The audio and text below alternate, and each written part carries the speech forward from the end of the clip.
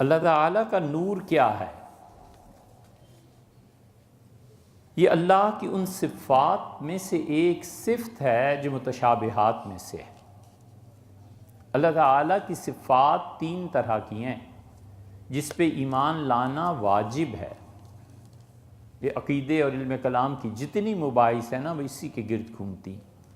اللہ تعالیٰ کے لیے علم، حیات، قدرت، سمع، بصر، تخلیق اور تکوین۔ علم، حیات، بصر، سمع، تخلیق، تکوین اور ارادہ، یہ 8 صفات اللہ کی ہیں جن پہ ایمان لانا ضروری ہے، اور یہ 8 صفات اللہ کی ایسی ہیں جس کی اگینسٹ اس کی ضد قائم نہیں ہو سکتی۔ مثلا اللہ حی ہے، زندہ ہے، اور موت اس کے لیے نہیں ہے۔ اللہ علم والا ہے اور جہالت اس کے لیے نہیں ہے۔ اللہ ارادے والا ہے، تعطل اور بیکاری اس کے لیے نہیں ہے۔ اسی طرح 8 کی 8 صفات۔ اللہ کی دوسری قسم صفات کی وہ ہے جو اللہ تعالیٰ کی صفات اس کی مخلوق سے تعلق رکھتی ہیں۔ مثلا اللہ رزاق ہے، رزق دیتا ہے، تو اگر مخلوق ہی نہ ہو تو رزق کس کو ملے گا؟ اللہ غفار ہے، مغفرت فرماتا ہے، تو اگر لوگ ہوں ہی نہ، کوئی گناہ ہی نہ کرے تو اللہ بخشیں گے کسے؟ ان پہ ایمان لانا ضروری ہے، اور یہ بے انتہا ہیں۔ اور اللہ کی تیسری قسم کی صفات وہ ہیں جو متشابہات میں سے۔ سورہ آل عمران کی پہلی آیت میں اللہ نے فرمایا کہ کچھ چیزیں ایسی ہیں جو ہم نے واضح کر دی ہیں، کچھ چیزیں ایسی ہیں جو متشابہ ہیں، مطلب سمجھ میں آتی بھی ہیں اور نہیں بھی آتی۔ ہوتا یہ ہے کہ ایک چیز ہے، عقل جب چیز پہ غالب آ جائے تو معانی پتہ چل جاتے ہیں۔ عقل جب چیز پہ غالب آ جائے تو معنی پتہ چل جاتے ہیں، اور چیز اور شے جب انسانی ذہن پر غالب آ جائے تو یہ وصال ہو جاتا ہے۔ اور وصال کہتے ہیں محبوب کی تنہائی کا جز بن جانا۔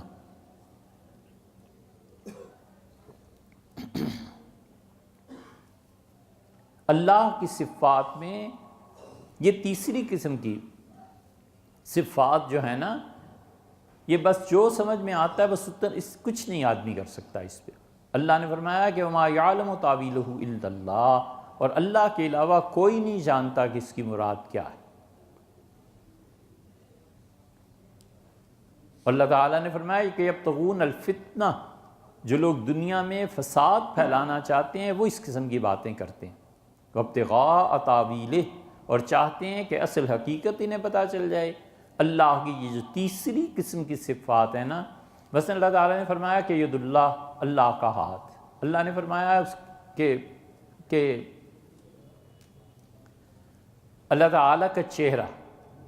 حضرت رسالت مآب صلی اللہ علیہ وسلم نے صحیح حدیث میں بخاری میں آتا ہے کہ وہ جہنم کہے گی اللہ کچھ اور، تو یضع اللہ قدمہ علی فمہ، اللہ اپنا قدم پاؤں اٹھائے گا اور جہنم کے منہ پہ رکھ دے گا اور کہے گی کہ قط، اے رب میں بھر گئی۔ اللہ کے لیے یہ اعضاء کیسے ہیں؟ یہ تیسری قسم ہے اللہ کی صفات کی، کبھی بھول کے بھی اس پہ نہیں پڑھنا چاہیے۔ ہم اہل السنہ اور ماتریدیوں کا پکا ٹھوس عقیدہ یہ ہے کہ ہم کہتے ہیں اللہ جیسے آپ نے بیان فرما دیا بس ایسے ہی۔ ہم اس پہ ایمان لائے، ایک بات اللہ مخلوق کی طرح یہ تیرے ہاتھ پاؤں یہ چیزیں نہیں ہیں، دوسری بات اور اللہ ہم ایسے ہی ایمان لائے جیسے اسلاف ایمان لائے، بس سیدھی سادی بات۔ آدمی آسانی سے چھٹ جاتا ہے اس سے۔ یہ نور کا جو آپ نے پوچھا ہے نا، یہ بھی اللہ کی انہی صفات میں سے ہے۔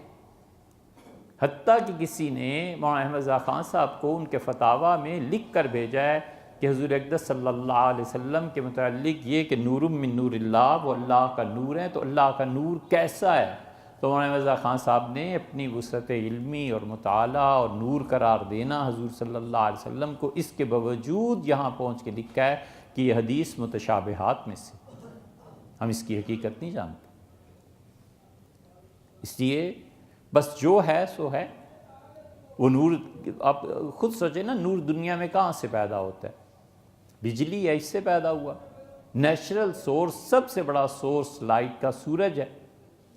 یہ سب مخلوق ہے۔ اللہ کا نور اس سے وراء الورا ثم وراء الورا ہے. ہم نہیں سمجھ سکتے، نہ جان سکتے ہیں کہ وہ کون سا نور ہے. اس نے کہا کہ نور السماوات والارض، وہ آسمانوں کا نور ہے اور زمین کا. اور دوسرا موقف امت میں اللہ کی اس تیسری قسم کی صفات کے بارے میں یہ ہے کہ وہ تعویل کرتے ہیں، اور وہ بھی اہل سنہ میں سے، کوئی حرج نہیں. وہ کہتے ہیں ہاتھ سے مراد اللہ کی طاقت ہے. وہ کہتے ہیں فَإِنَّكَ بِأَعْيُنِنَا، اور ہم نے نوح علیہ السلام سے کہا کہ آپ ہماری آنکھوں کے سامنے ہیں، تو آنکھوں سے مراد اللہ کی اپنی آنکھوں سے مراد حفاظت ہے. وہ کہتے ہیں اللہ نور ہے، تو زمین و آسمان کو اللہ منور کرنے والا ہے. نور کا مطلب منور، یعنی جو روشنی کرے، روشن کرے. وہ تعویل کرتے ہیں. یہاں پہنچ کے اہل حدیث حضرات وہ تعویل کو نہیں مانتے. وہ کہتے ہیں وہ جو پہلا مسلک ہے وہ ٹھیک ہے، اور حقیقت یہ ہے کہ اس مسلک میں بالکل اسلاف قائم رہے، ہم بھی اس پہ قائم رہے. تعویل کرتا ہے تو ہم یہ تو نہیں کہہ سکتے کہ معاذ اللہ یہ گمراہ ہے. وہ بھی ٹھیک ہے، یہ بھی ٹھیک ہے. تیسری چوتھی صدی تک اللہ کی ان صفات پہ بحث ہوتی رہی. پھر اس کے بعد امت کا موقف یہ بنا کہ اچھا اس سے تم اللہ تعالیٰ کی طاقت، غلبہ، عربوں کے محاورات کے مطابق اس کا استعمال کرو. امت نے کہا یہ بھی ٹھیک ہے، وہ بھی ٹھیک ہے، دونوں ہی ٹھیک ہے. یہ دعا جو لکھی ہے صحیح احادیث میں آئی ہے، اللہم اجعل فی قلبی نوراً وفی بصری نوراً سمعی نوراً یمینی نوراً. یہ ساری بالکل یہ آئی ہے. حضور اقدس صلی اللہ علیہ وسلم جب صبح کی نماز کے لیے مسجد تشریف لے جاتے تھے تو یہ پڑھا کرتے تھے. اس میں کوئی شبہ نہیں ہے، یہ دعا صحیح بھی ہے، پڑھنی بھی چاہیے. لیکن اس نور کی حقیقت کے در پہ ہونا یہ کوئی عقل بندی، دانش بندی کی بات نہیں. اور بتیرے کام ہے دنیا میں سیدھا سادہ عقیدہ رکھے. اس اصول کو ہمیشہ سامنے رکھنا چاہیے کہ عقیدہ نظر سے نہیں، خبر سے پیدا ہوتا ہے. عقیدے کی اصل نظر نہیں ہے. اگر نظر ہوتی تو کوئی تحقیق کرتا نا. عقیدہ خبر سے پیدا ہوتا ہے، اور خبر دیتا ہے مخبر صادق، اور وہ نبی ہوتا ہے علیہ الصلوۃ والسلام. نبی خبر دیتا ہے، اور نبی کی خبر جھوٹی نہیں ہوتی. نبی نے خبر دی کہ اللہ ایک ہے. نبی نے خبر دی کہ میں نے جا کے جنت اور جہنم کے دیکھا ہے. نبی علیہ الصلوۃ والتسلیم نے خبر دی کہ یہ چیز ہے، یہ چیز ہے. تو حضور اقدس صلی اللہ علیہ وسلم نے جو کچھ فرمایا وہ نبوت کی خبر ہے. اس خبر میں عقلی طور پر زیادہ بحث کرنا آدمی زیادہ چل ہی نہیں سکتا. حضور اقدس صلی اللہ علیہ وسلم معاذ اللہ استغفر اللہ اگر فرما جاتے کہ خدا دو ہیں تو پھر آپ کیا کر لیں؟ جو ان پہ ایمان لاتا کہتا حضرت آپ نے فرمایا اللہ دو ہیں، دو ہیں، بس اتنا کافی. تو نظری مسائل یہ اجتہاد سے پیدا ہوتے ہیں، اور عقیدے میں اجتہاد کہاں سے کر لینا ہے؟ وہ تو حضور اقدس صلی اللہ علیہ وسلم ایک چیز کو باندھ گئے کہ میں اللہ کا آخری نبی ہوں، بس اب ختم ہو گئی بات، اللہ کے آخری نبی. اسی لیے اہل السنہ نے عقیدے کو مرتب کر دیا. ہمارے نزدیک مثلاً عقیدے کی ایک مثال ہے کہ صحابیت اتنا بڑا شرف ہے کہ کوئی صحابی کوئی گناہ کرے یہ شرف اس سے چھینا ہی نہیں جا سکتا، سوائے ایک صورت کے کہ وہ کفر پہ مر جائے. کچھ نہیں ہو سکتا. آپ دیکھتے نہیں ہیں صحابی ہے اور اس پہ رسول اللہ صلی اللہ علیہ وسلم نے زنا کی حد جاری فرمائی ہے. صحابی ہیں اور شراب کی حد جاری فرمائی ہے. صحابی ہیں اور بغاوت کی حد جاری ہوئی ہے سیدنا علی رضی اللہ عنہ کی طرف سے.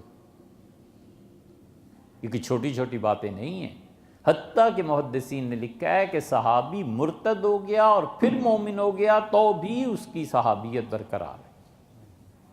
رسول اللہ صلی اللہ علیہ وسلم کی زیارت، انہیں دیکھنا، ان کی صحبت طیبہ میں ایک لمحہ گزارنا پوری امت کی عبادت سے افضل ہے. وہ کہ معمولی بات تھوڑا ہی ہے. یہ تو آپ دیکھیں نا، کہیں کوئی اللہ کا بندہ، کوئی خانقاہ، کوئی مدرسہ، کوئی اللہ کا ادنا سا معمولی سا بندہ 10-20 سال بیٹھا رہے، کام کرتا رہے تو ہزاروں کی زندگی بدل جاتی ہے. حضور صلی اللہ علیہ وسلم کی صحبت کے تو کیا نہیں، کیا وہ تو ایک مرتبہ میں ہی آدمی کو کچھ سے کچھ کر دیتی. اسی لیے سیدنا معاویہ رضی اللہ عنہ نے جو کچھ بھی کیا، وہ سیدنا معاویہ رضی اللہ عنہ کا ہر فعل جو کچھ بھی انہوں نے کیا ہے صحابیت کے شرف کو زائل نہیں کر سکتا. سیدنا علی رضی اللہ عنہ سے ہم کا مقابلہ ہی کہاں کر سکتے ہیں؟ کہاں علی رضی اللہ عنہ کا، کہاں مولا کا مقام، کہاں ان کی عظمتیں، خلیفہ راشد ہونا، اور حضور صلی اللہ علیہ وسلم کا آخری رات بھی بلا کر ان سے اتنی باتیں کرنا، ان کا محبت، سب کچھ ہے، کوئی مقابلہ ہی نہیں ہے دونوں کا۔ لیکن حضرت معاویہ رضی اللہ عنہ کی شرف صحابیت جو ہے، اس کو کہاں لے جانا ہے ابھی؟ وہ نہیں ختم ہو سکتا۔ اسی لیے شاہ عبدالعزیز صاحب محدث دہلوی رحمۃ اللہ علیہ سے کسی نے پوچھا ہے تحفہ اثنا عشریہ میں، یہ تحفہ اثنا عشریہ پڑھتے نہیں نا، اسی لیے ہم آپ سے کہتے ہیں پڑھا کرو، خود پڑھو بھی، اور اس علماء کی نگرانی میں بھی پڑھو، مطالعہ کیجئے، کم سے کم یار 1-2 گھنٹے روزانہ کچھ نہ کچھ مطالعہ کرتے رہنا چاہیے۔ بڑا مرض ہے کہ پڑھتے ہیں۔ جیسے شاہ عبدالعزیز صاحب محدث دہلوی رحمۃ اللہ علیہ سے کسی نے سوال کیا ہے کہ سیدنا عمر رضی اللہ عنہ نے سیدہ فاطمہ رضی اللہ عنہ کا گھر جلا دیا تھا، فلاں جگہ یہ آیا ہے، آپ اس کے متعلق کیا کہتے ہیں؟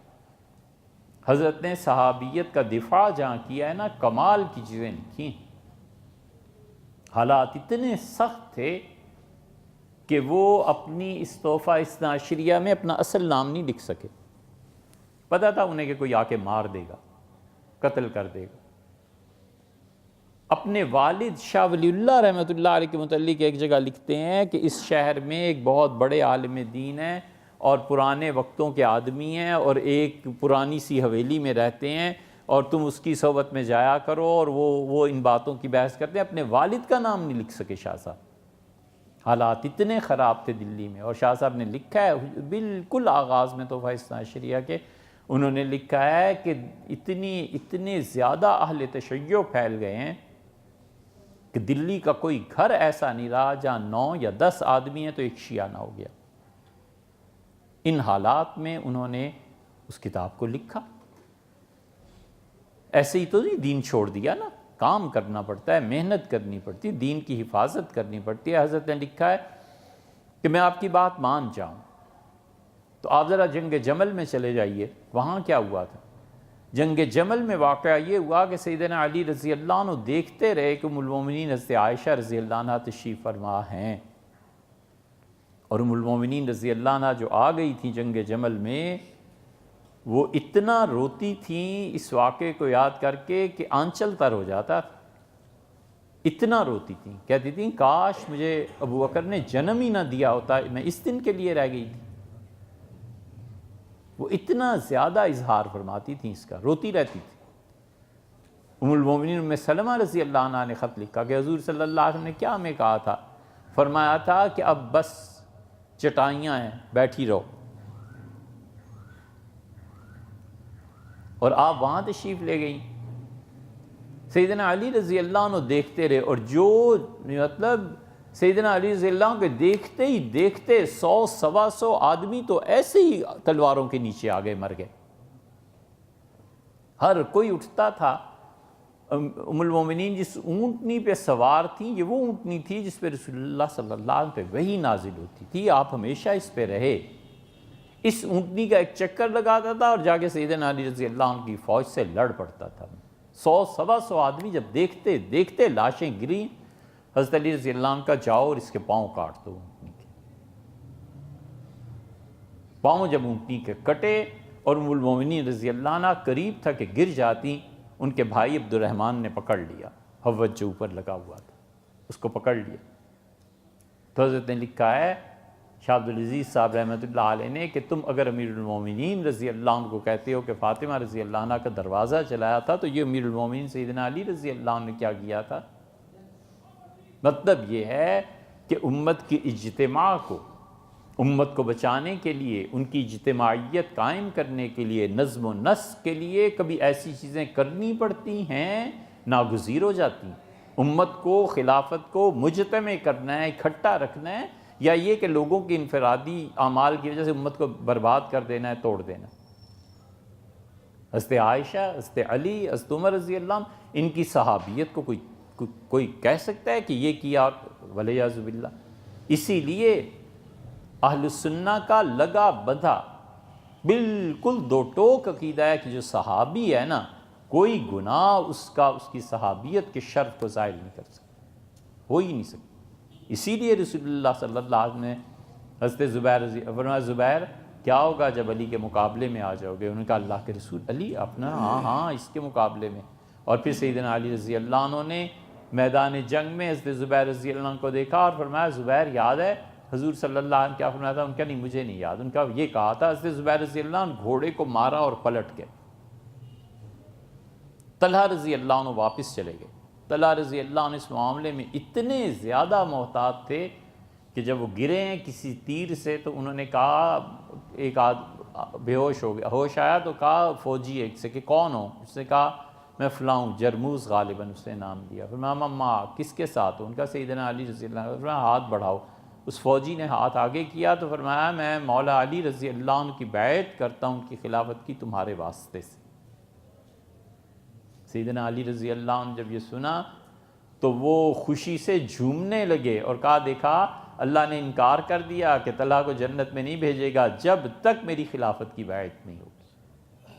یہ اجتماعی نظام ہے اسلام کا، سیاسی نظام ہے اسلام کا، ایسے بچوں کے ہاتھوں میں تھوڑی دے دینا ہے۔ اس لیے صحابیت اتنی بڑی چیز ہے، اتنی بڑی چیز ہے کہ کوئی شرف حتیٰ کہ کفر اسے زائل نہیں کر رہا، اگر وہ اسلام میں آ گیا ختم ہو گیا۔ طلحہ ہیں، طلحہ نے نبوت کا دعویٰ نہیں کر دیا تھا، پھر کیا ہوا؟ مرتد ہو گئے۔